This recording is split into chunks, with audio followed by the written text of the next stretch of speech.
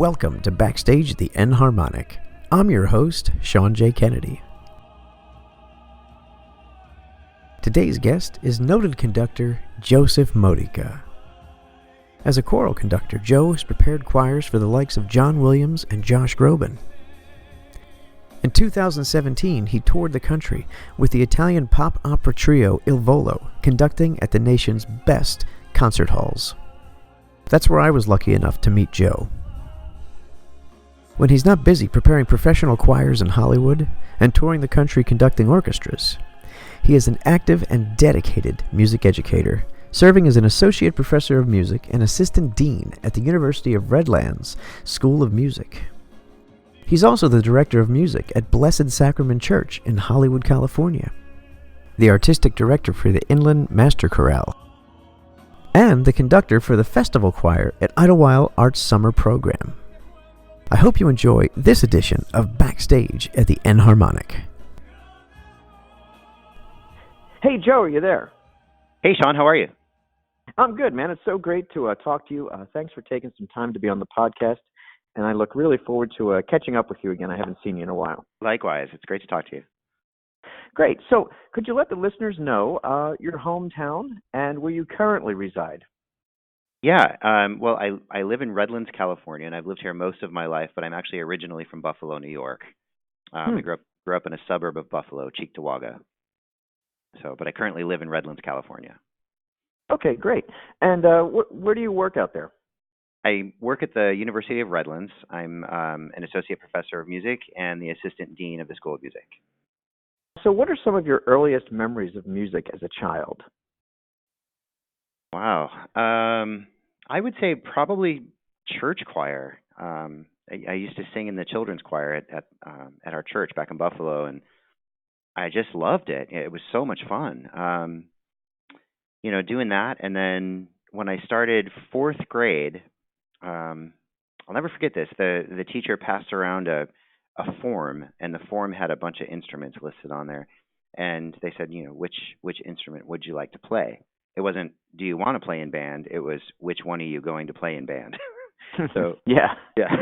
So I was like, well, I think I'll play saxophone. Why not? I used to watch the Muppets all the time, and there was a guy Zeus on the Muppets, and I thought he was cool. Yeah, I thought he was cool. So I was like, well, I guess I'll play saxophone. So that's what I did. I learned to play the saxophone starting in fourth grade, and everybody sang in choir. Everybody played in band. It was pretty awesome. So that's how I got going. Which was it? Alto sax? Did you stay with that? Yeah, alto sax, and then when I got into junior high school, I played a little tenor, and I actually played bari sax on one of the songs in jazz band. It was pretty funny because the thing was bigger than I was, but but yeah. So I had a little experience on all three, but mostly alto. Interesting. So going back to junior high and high school, then. If you were walking down the hall, like musically speaking, would people consider you a singer, a vocalist, or were you a saxophone guy? Probably saxophone first.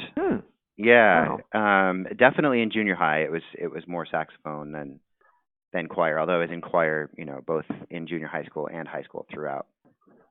Okay. Yeah. So pretty much. Oh, go ahead. Continue. Yeah, that's right. I was really pretty much an instrumentalist, and my aspiration was to be the next great jazz musician. That's what I wanted to do. Yeah.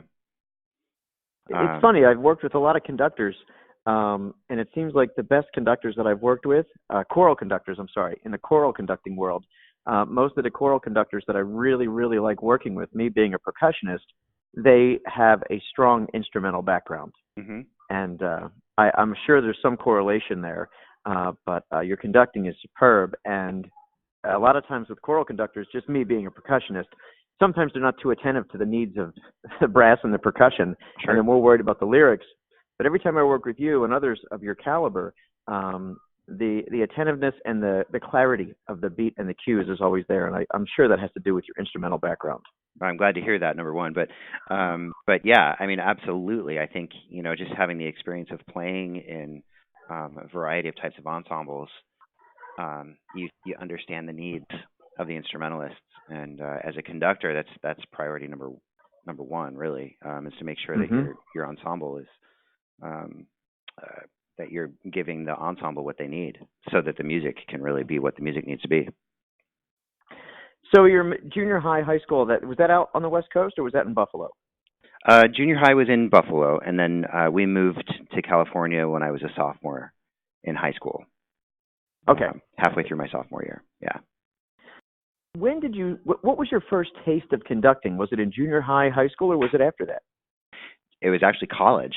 Was my first time conducting.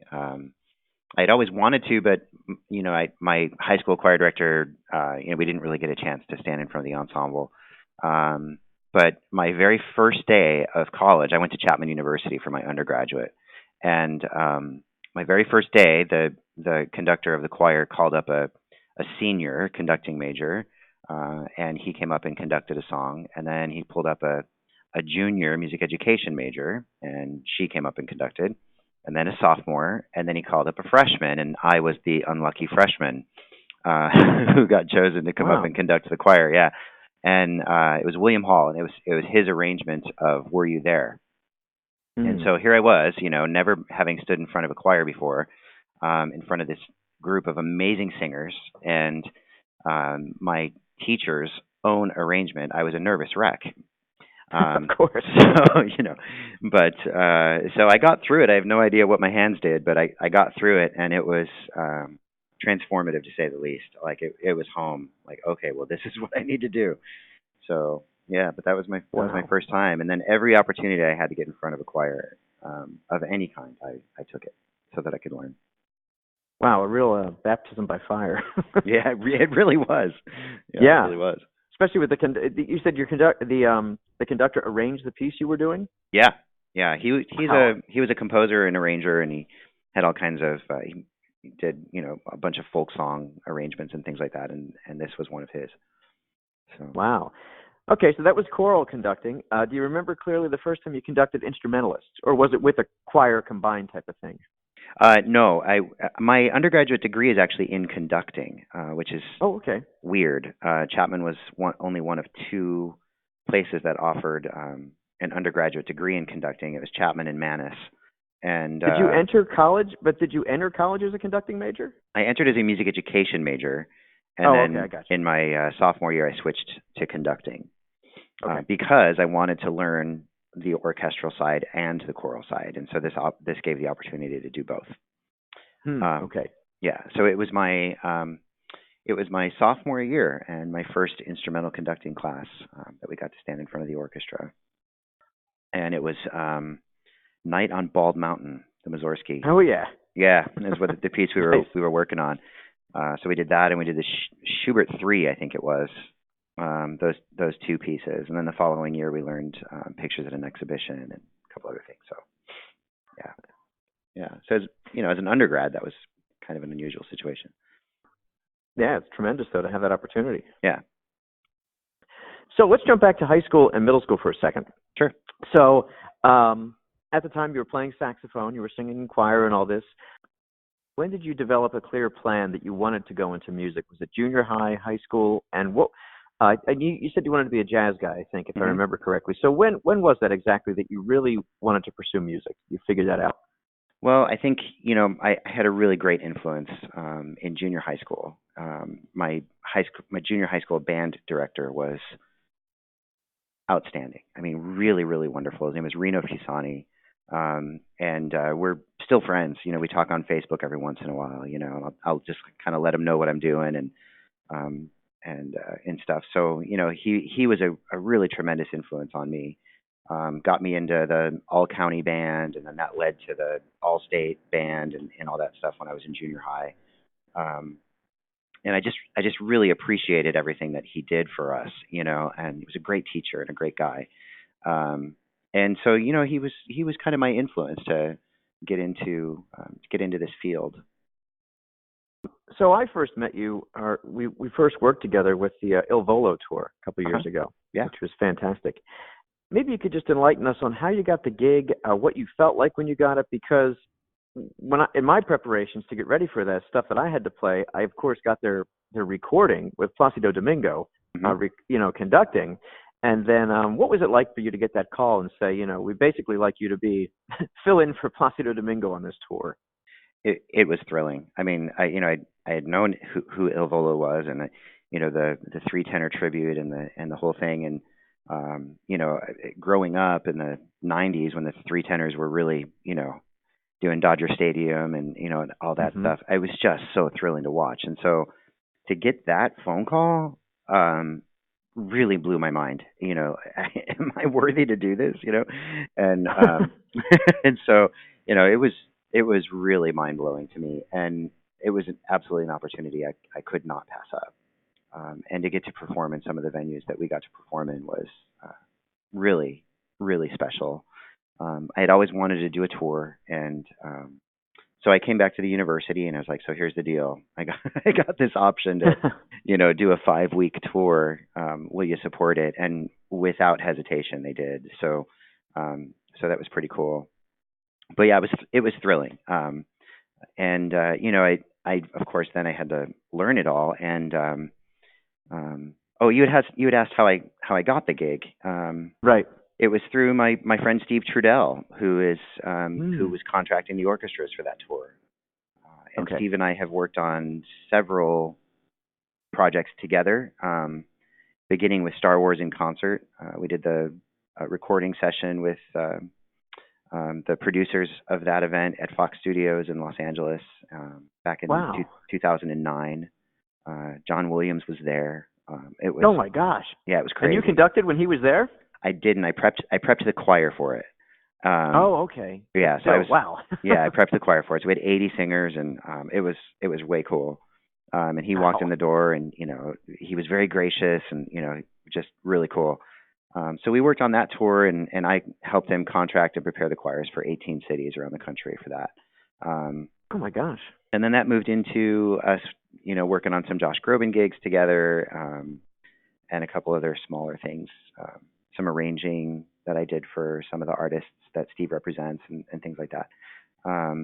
So we did that. And then, I had told him, I love prepping the choirs and I love doing these arrangements and stuff like that, but I want a conducting gig, So, so then he's like, all right, I'll keep my eye out. And then Il Volo came up, and he gave me the call. So I was very excited to do it. So looking back, some of your early gigs, I know a lot of music students and a lot of my students that are considering a career in music. Sometimes parents are apprehensive about this type of thing. So I have a multi-leveled question here. When you told your parents you wanted to go into music and your family, were they supportive? And to follow up with that, when you started your music career, was there an instant that struck you that said, yes, I've made the right decision? They were absolutely 100% supportive of me. And, throughout, I think they always knew that I was going to become a musician. I come from a family of mechanics. So, my dad owned a transmission shop in Buffalo, and my brother's a mechanic, and my brother-in-law drove trucks for Pepsi. We're like salt of the earth kind of people, and so I was kind of the weird one in the family, I understand. Yeah. So, but my family was always so supportive, and they were at everything, and they loved coming to the concerts, and they loved watching me up there. I'd get a solo, and I'd hear from the audience, "Yo, Joe," So, it was always 100% supportive. They didn't always understand everything that I was doing, but they supported it nonetheless. Oh, great. Yeah. And I think, for me, once I got through my undergraduate degree and started teaching and things like that, my very first year teaching, I was teaching at Menachie High School, which is up in the Central Valley of California. And I was a long-term sub, basically. It was a 1-year position while the other guy was getting his master's degree, and so I was a sabbatical replacement. And I started that job, and I was nervous as heck and had no idea what I was doing. And about a month and a half in, I looked up at them and I just realized, wow, they sound really good. I think I can do this, And the self-doubt and the worry and all that stuff kind of dissipated a little bit. And as a musician, you have to be very vulnerable in what you do, and I struggled with that. But then once I was able to sort of get beyond that personal barrier and really, become vulnerable and take some chances and take some risks, really realized that this is the right place for me, you know. But yeah, I think it was that first year teaching that really validated that I did the right thing. Fantastic. And I was trying to remember, there's some quote like, I'll paraphrase it, but like, from your students you will learn, or something. It's like, you were teaching them, but they actually taught you something when you reflected upon what you had just done with them. Oh, 100%. And, after that first year was over, I told the kids, I said, I hope you learned something from me, but you have no idea how much you've taught me. Like Wow. I learned from my students to this day. I've been teaching 23 years, and from to this day, I learned from my students. Oh, of course. Yep. Yeah. I tell most of my students, I say, if you want to really get better, keep practicing, but start teaching someone. That's All right. Of a sudden, That's right. Strengthen what you do too. Yep. Absolutely. Yeah. All right. Here's another combined question. So you've done a lot of great gigs over the years, and if you could relive one performance, what would it be? And what is one of your favorite venues, the favorite or one of your favorite venues that you've ever performed in? Whew, wow. That's a tough one. I've been very fortunate and had a lot of really cool experiences. I think if I could relive one, I have a church job. I'm the director of music at Blessed Sacrament Church in Hollywood. It's a big Catholic church, and back in 2013, we did a performance of the Verdi Requiem, and I'd love to relive that one. That was special. I think another one, if I can list a couple, another one I'd like to Sure. relive is Mozart Requiem in Carnegie Hall. That was pretty transformative. And the first time I'm walking out on that stage, it's kind of combined with the second part of your question, but just playing that hall is pretty special, Right. and just walking out there and just kind of taking it in for a second, taking a deep breath, and appreciating where you are. It's very humbling, very humbling. So yeah, I'd love to relive that. But part of it too is like the beauty of recreating music is that you have that one-time experience and you get to hold on to that. So I don't know that you can ever duplicate. I wish you could, but for me, every performance is sort of special in its own way. Those two venues were amazing, but I think the top venue would be the Lyric Opera House, their Civic Opera House in Chicago, when we were on tour with Il Volo. And walking into that house, it was really special, and we got to work with the Lyric Opera Orchestra, which wow. I mean, it just doesn't get a whole lot better than that. Doesn't get a lot better than that, And I remember we had a couple-hour break, and so I just went in the house and I sat in the audience and just kind of took it all in. I took some pictures and I just sat there and looked at the beauty of the place and thought about the history of that place and stuff. I mean, that was sort of the pinnacle for me. A very close second, however, is Atlanta Symphony Hall. And we got to work with the Atlanta Symphony Orchestra on the same tour. And as a choral guy, right, walking backstage, and the years that Robert Shaw was the conductor of the ASO, and the pictures that are lining the hallway of Shaw, and the tribute to him, and standing on that podium and not, knowing that he was there. Right. That was really special, and that was one where I felt grossly inadequate to be standing on that stage, But it was, and the orchestra was very gracious and really, really wonderful. It was a great experience, But yeah, that was one where, I go back to Wayne's World. I'm not worthy. No, exactly. Yeah, I've played that hall, Atlanta Symphony, and you walk through and they have all the pictures and the Grammys and the this and the that, and Yeah. you're like, I felt like I was shrinking as I was walking through there. I'm Absolutely. like, Yeah. really? Yeah, exactly. Like, geez, Yeah. I do not deserve this. So, yeah, that was pretty fabulous cool. though to have the experience. Yeah. Pretty cool. Nice. Yeah. All right. So let's see. Here's one. Okay, a piece or a few pieces that you never get tired of performing, either as a conductor or singer. Anything Bach. Mm-hmm. Anything. I just never get tired of it, ever. Mozart Requiem would be another one. The depth of the piece and the understanding that it takes in order to, really lift the notes off the score. The Haydn Six Great Masses would be some others.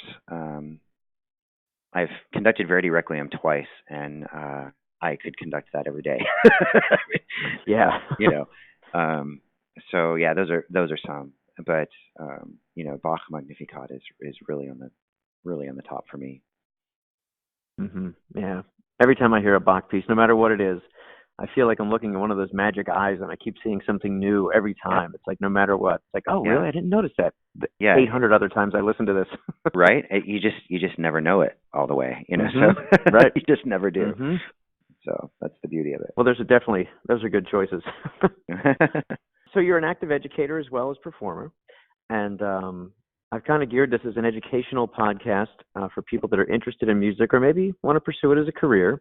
So do you have a couple tips that you might recommend to young people considering a career in music education, the music business, anything like that? Yeah, for sure.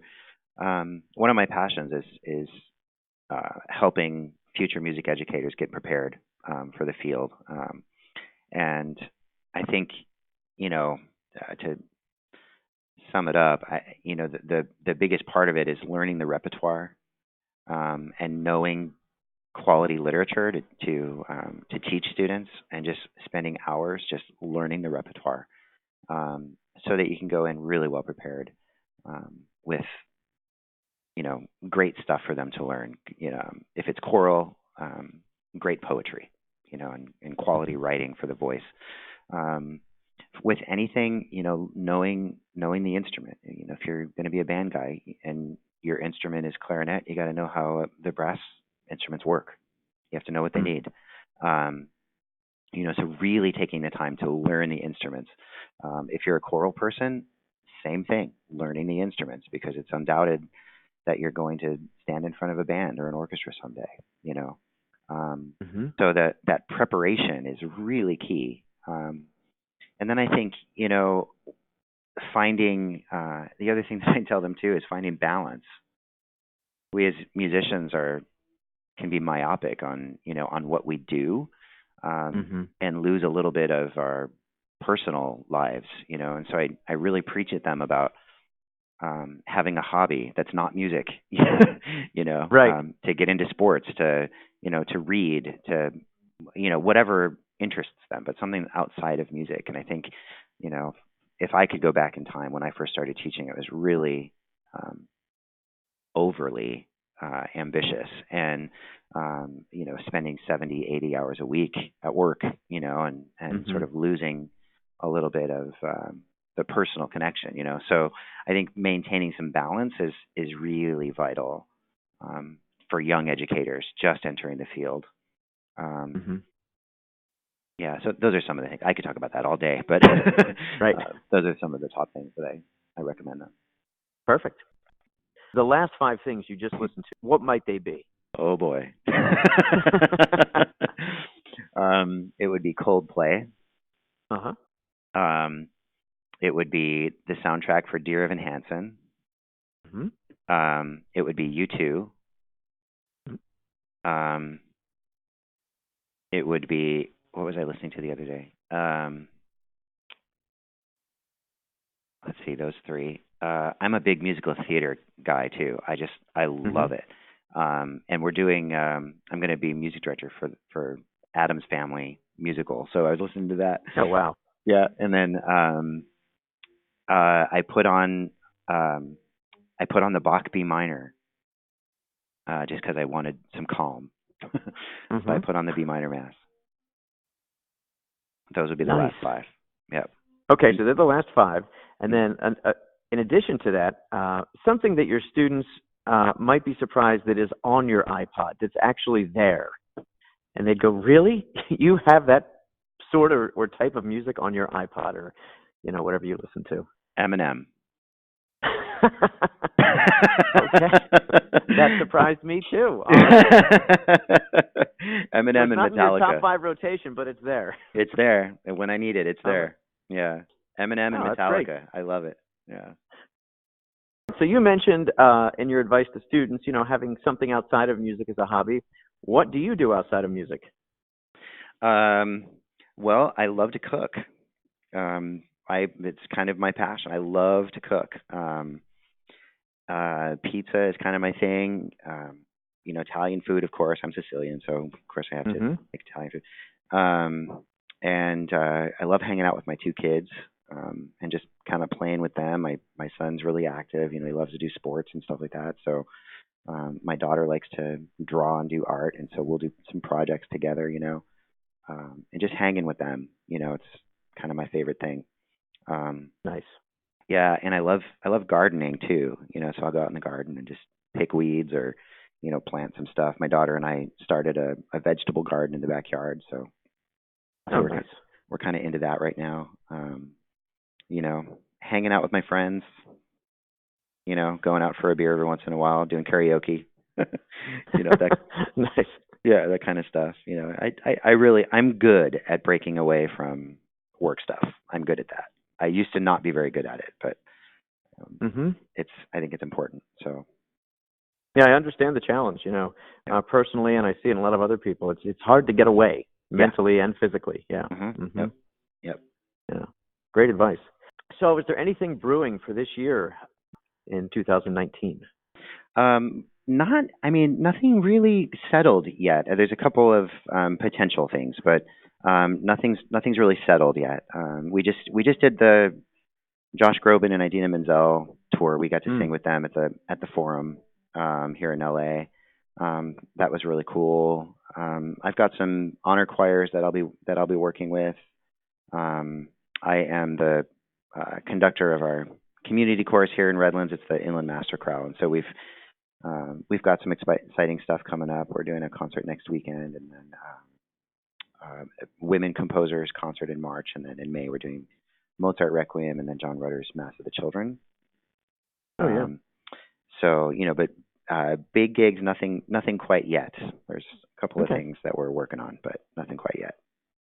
Great. Well, Joe, it's been a real pleasure catching up with you again. I've been looking forward to this interview for many months now, and I'm glad both of our schedules finally worked so we could do it. Have a great Christmas season, a great New Year, and I wish you the best of luck and hope to see you again on a stage somewhere. Thank you, Sean. It's really nice to talk to you, and I really appreciate you taking the time. Okay, thanks again. Bye-bye. You bet. Bye-bye. To find out more about Joe and his conducting and teaching activities, please visit the links underneath this podcast. And thanks for listening.